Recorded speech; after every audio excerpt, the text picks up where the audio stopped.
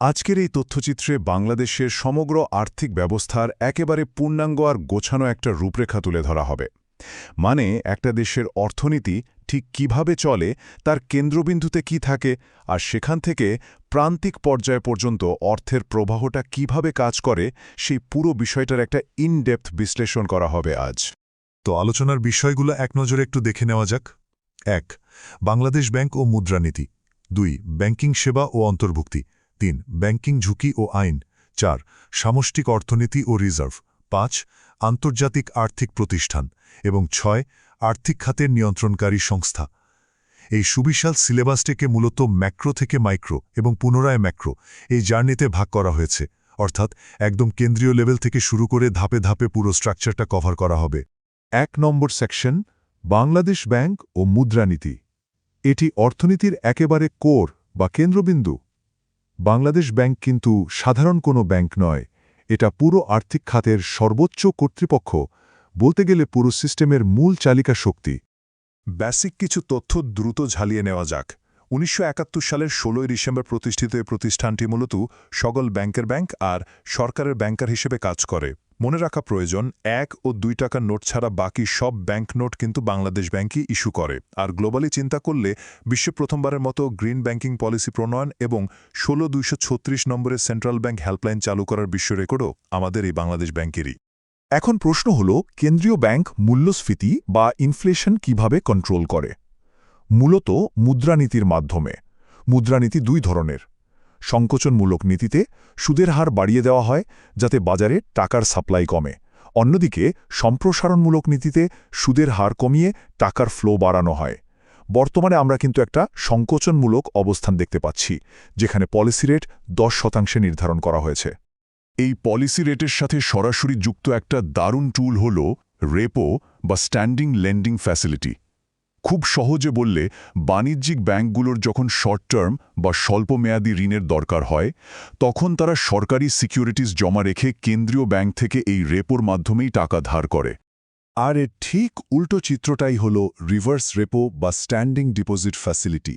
এখানে বাণিজ্যিক ব্যাংকগুলো তাদের হাতে থাকা অতিরিক্ত অর্থ বাংলাদেশ ব্যাংকে জমা রেখে সুদ অর্জন করে। এই মেকানিজমের মাধ্যমে কেন্দ্রীয় ব্যাংক মূলত বাজার থেকে অতিরিক্ত তারল্য বা লিকুইডিটি শুষে নিয়ে চমৎকার একটা ব্যালেন্স তৈরি করে। ২ নম্বর সেকশন, ব্যাংকিং সেবা ও অন্তর্ভুক্তি। এবার ম্যাক্রো লেভেল থেকে একটু মাইক্রো বা প্রান্তিক পর্যায়ে আসা যাক। দৈনন্দিন জীবনে সাধারণ মানুষ আর ব্যবসায়ীরা কিভাবে এই সিস্টেমের সাথে যুক্ত হচ্ছেন, সেটাই এখন দেখার বিষয়। ব্যাংকগুলোর প্রোডাক্ট লাইন আপ বেশ ডাইভার্স।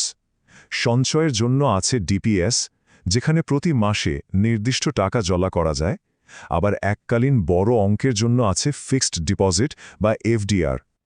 অন্যদিকে ইকোনমিক গ্রোথের জন্য ক্ষুদ্র ও মাঝারি উদ্যোক্তাদের দেয়া হচ্ছে এসএমই লোন, এবং কৃষকদের জন্য কৃষি ব্যাংকের মাধ্যমে দেয়া হচ্ছে অ্যাগ্রি লোন। সবচেয়ে ইন্টারেস্টিং ব্যাপার হল আর্থিক অন্তর্ভুক্তি বা ফাইন্যান্সিয়াল ইনক্লুশন।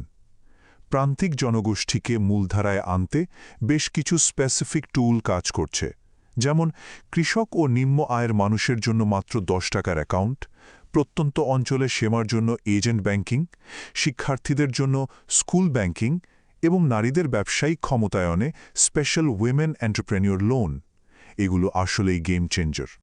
৩ নম্বর সেকশন, ব্যাংকিং ঝুঁকি ও আইন। ব্যাংকিং মানে কিন্তু শুধু টাকার আদান প্রদান নয়, এখানে বিশাল ঝুঁকিও ওত পেতে আছে। সেই ঝুঁকিগুলো আর সিস্টেমকে ধসে পড়া থেকে বাঁচাতে যে আইনি কাঠামো আছে, সেটা একটু দেখা যাক। ব্যাংকিং খাতে মূলত 4 ধরনের কোর রিস্ক বা ঝুঁকি দেখা যায়। এর মধ্যে সবচেয়ে কমন এবং ডেঞ্জারাস হল ক্রেডিট রিস্ক, যেখান থেকে নন পারফর্মিং লোন বা খেলাপি ঋণের সৃষ্টি হয়। এছাড়া শর্ট টার্ম ক্যাশ ডিমান্ড মেটাতে না পারলে তৈরি হয় তারল্য ঝুঁকি বা ব্যাংক রান। পাশাপাশি সিস্টেম ফেলিওর থেকে অপারেশনাল রিস্ক এবং রেগুলেশন না মানলে কমপ্লায়েন্স ঝুঁকি তো আছেই। এই বিশাল সব ঝুঁকি সামলাতে একটা শক্ত লিগ্যাল ফ্রেমওয়ার্ক বা আইনিক কাঠামোর দরকার। আর বাংলাদেশের যে কোনো ব্যাংক গঠন ও পরিচালনার একেবারে বেডরক বা মূল ভিত্তি হল ব্যাংক কোম্পানি আইন 1991। তবে মনে রাখতে হবে, নন ব্যাংক আর্থিক প্রতিষ্ঠান বা এনবিএফআইগুলো কিন্তু আলাদা একটি আইন অর্থাৎ আর্থিক প্রতিষ্ঠান আইন 1993 অধীনে চলে। 4 নম্বর সেকশন সামষ্টিক অর্থনীতি ও রিজার্ভ। মাইক্রো লেভেল থেকে এবার আবার ম্যাক্রো ভিউতে ফেরা যাক। বাংলাদেশে গ্লোবাল ইকোনমিক স্ট্যাটাস বুঝতে কিছু বিশাল পরিসংখ্যান দেখাটা খুব জরুরি। এই বিশাল সংখ্যাটা বেশ চমকপ্রদ। 34.12 বিলিয়ন ডলার। 2026 সালের মার্চ মাস পর্যন্ত এটি বাংলাদেশের গ্রস বৈদেশিক মুদ্রা রিজার্ভ। এই বিপুল পরিমাণ রিজার্ভ মূলত আন্তর্জাতিক বাণিজ্যে আমাদের অর্থনৈতিক শক্তির একটা বড় ইন্ডিকেটর হিসেবে কাজ করে। বৈদেশিক মুদ্রার এই বিশাল ভাণ্ডার আসে কোথা থেকে? এর সিংহভাগ মানে প্রায় 85% আসে আমাদের তৈরি পোশাক বা আরএমজি খাত থেকে। আক্ষরিক অর্থেই পুরো দেশের এক্সপোর্ট আর্নিংয়ের বিশাল ভার একাই কাঁধে নিয়ে চলছে এই আরএমজি সেক্টর। তৈরি পোশাকের ঠিক পরেই আমাদের বৈদেশিক মুদ্রার দ্বিতীয় বৃহত্তম সোর্স হল রেমিটেন্স। এটি জিডিপিতে 5%-এরও বেশি অবদান রাখছে। আর এই রেমিটেন্স ফ্লোর সবচেয়ে বড় চালিকা শক্তি হল মূলত 3টি দেশ: সৌদি আরব, সংযুক্ত আরব আমিরাত এবং যুক্তরাষ্ট্রে থাকা প্রবাসী বাংলাদেশিরা। 5 নম্বর সেকশন আন্তর্জাতিক আর্থিক প্রতিষ্ঠান। ঘরোয়া অর্থনীতিতে যখন স্টেবিলিটি বা আন্তর্জাতিক মানদণ্ডের প্রয়োজন হয় তখন গ্লোবাল প্লেয়ারদের ভূমিকা সামনে আসে। যেমন ধরা যাক 2023 সালের কথা। বৈদেশিক মুদ্রার রিজার্ভ সংকট মোকাবেলায় আইএমএফ বা আন্তর্জাতিক মুদ্রা তহবিল থেকে $4.7 বিলিয়ন একটি অত্যন্ত গুরুত্বপূর্ণ ঋণ অনুমোদন করা হয়। এই ধরনের স্ট্রাকচারাল সাপোর্টগুলো অর্থনীতিকে বড় ধাক্কা সামলাতে দারুণ সাহায্য করে। আর একটি হেভিওয়েট বৈশ্বিক নাম হল BIS বা ব্যাংক ফর ইন্টারন্যাশনাল সেটেলমেন্টস। সুইজারল্যান্ডের বাসেলে অবস্থিত এই প্রতিষ্ঠানটিকে বলা যায় কেন্দ্রীয় ব্যাংকগুলোর ব্যাংক। পুরো বিশ্বের ব্যাংকগুলোর মূলধনের পর্যাপ্ততা নিশ্চিত করতে তারা বাসেল অ্যাকর্ডের মতো অত্যন্ত শক্তিশালী ফ্রেমওয়ার্ক ডিজাইন করে থাকে। 6 নম্বর সেকশন আর্থিক খাতের নিয়ন্ত্রণকারী সংস্থা। আলোচনার একদম শেষ পর্যায়ে চলে আসা হয়েছে। এতক্ষণ যে বিশাল কাঠামোর কথা বলা হলো তার কোন অংশটা ঠিক কারা নিয়ন্ত্রণ করে তার একটা ম্যাপ দেখা যাক এবার। এখানে সবচেয়ে ক্রুশিয়াল পয়েন্ট হলো এই সুনির্দিষ্ট বিভাজন ছকটি। কর্তৃপক্ষের ক্ষমতা একদম স্পেসিফিকভাবে 4 ভাগে বিভক্ত। ব্যাংক ও এনবিএফআই রেগুলেট করে বাংলাদেশ ব্যাংক, শেয়ার বাজার দেখে BSEC, ইন্স্যুরেন্স বা বীমা কোম্পানিগুলোকে নিয়ন্ত্রণ করে IDRA এবং ক্ষুদ্র ঋণ প্রতিষ্ঠানগুলোকে মনিটর করে MRA। মানি মার্কেট আর ক্যাপিটাল মার্কেটের পার্থক্যটা এখানেই একদম ক্লিয়ার হওয়া দরকার। শর্ট টার্ম বা স্বল্পমেয়াদী ঋণের বাজার হল মানি মার্কেট, যা এককভাবে বাংলাদেশ ব্যাংক নিয়ন্ত্রণ করে।